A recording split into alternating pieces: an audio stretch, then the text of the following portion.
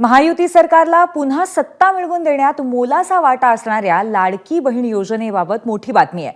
सरकार आता सर्व लाडक्या बहिणींची पडताळणी सुरू करणार आहे. म्हणजेच योजनेसाठी अपात्र असतानाही महिन्याला 1,500चा लाभ घेणाऱ्यांची आता गच्छंती होणार आहे.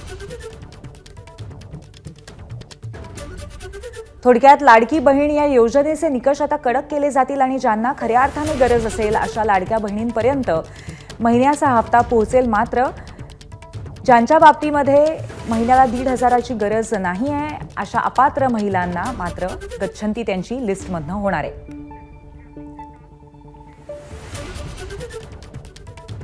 लाडकी बहिणीचे निकष आता कडक होणार आहेत. आपण पाहूया ग्राफिक्सच्या माध्यमातून. कुटुंबाचं उत्पन्न 2.5 लाखांपर्यंत आहे का नाही हे तपासलं जाईल. लाडकी बहीण महाराष्ट्राचीच अधिवासी आहे का, रहिवासी आहे का ते तपासलं जाईल. बँक खात्यावरचं नाव आधार कार्डशी जुळतं का तेही तपासलं जाईल. 4 चाकी वाहन ज्यांच्याकडे आहे त्यांना बाद केलं जाईल.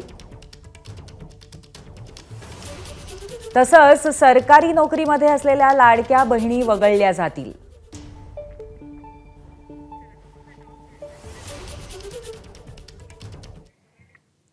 दरम्यान या संदर्भात महिला आणि बालकल्याण मंत्री अदिती तटकरेंना एबीपी माझानं काही प्रश्न केलेत. एबीपी माझाच्या प्रश्नांवरती अदिती तटकरेंनी काय उत्तरं दिली आहेत पाहूयात.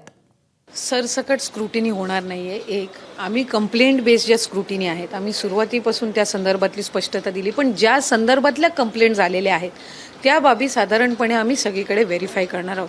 किंवा डोमेसाईल सर्टिफिकेटची एक अट आहे, म्हणजे आपल्या राज्यातल्या जे स्थायिक आहेत त्याच महिलांना आपण याचा लाभ देतोय. काही विवाहित होऊन ज्या आता दुसऱ्या राज्यामध्ये गेलेल्या आहेत असे काही केसेस आहेत.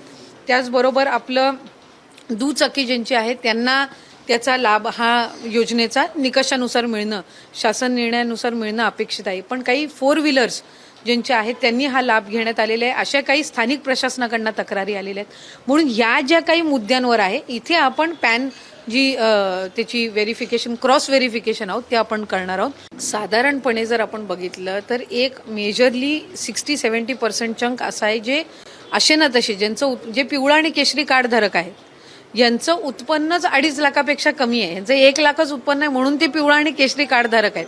त्याच्यामुळे ते तसेही ह्या निकषांमध्ये स्क्रुटिनीच्या बसत नाही आहेत. एक, ज्यांची दुचाकीच वाहनं आहेत किंवा ज्यांचं कुठेही त्या ह्याच्यातलं रजिस्ट्रेशन नाही आहे ते तसंही या निकषामध्ये बसत नाही आहेत. एक, ज्यांचे आधार कार्ड आणि बँकेच्या खात्याचा नंबर मॅच होतोय ते तसेही या स्क्रुटिनीमध्ये हे होत नाही आहेत. आपण तेवढ्याच घटकाबद्दल बोलतोय ज्यांनी यामध्ये डिफॉल्टर्स केलेले आहेत. त्याचं ज्यांना सरकारी नोकरी लागून ते आता त्या निकषामध्ये बसत नसतील अशा पद्धतीचे जर कुठे झाले असेल तर ते त्या पद्धतीने आहे. पण आत्ता यापुढे आत्ता ज्यांना लाभ गेलेला आहे या निकषांनुसार सुद्धा त्यांच्या त्यांच्याकडून परत रिकव्हरीचा विषय हा येत नाहीये. हा याच्या पुढच्या जो लाभाचा आहे तो त्या संदर्भातला हा विषय. पण आपल्याकडे नमो शेतकरी योजना आहे. आमच्या GR मध्ये एक गोष्ट नमूद केलेली आहे की जर कुठल्या दुसऱ्या योजनेचा तुम्ही लाभ घेत असाल पण तो 1500च्या कमी असेल तर वरची जी रक्कम आहे ना, समजा आता नमो शेतकरीचा लाभ 1000 आहे, 1000 रुपयाचा त्यांना लाभ मिळतो. आपल्या योजनेचा लाभ 1500, तो 1000चा लाभ तर त्यांना कायम आहे. त्याच्यातून तर आपण त्यांना आता हे नाही करणार कारण ते त्याच्यात लाभार्थी आहेत.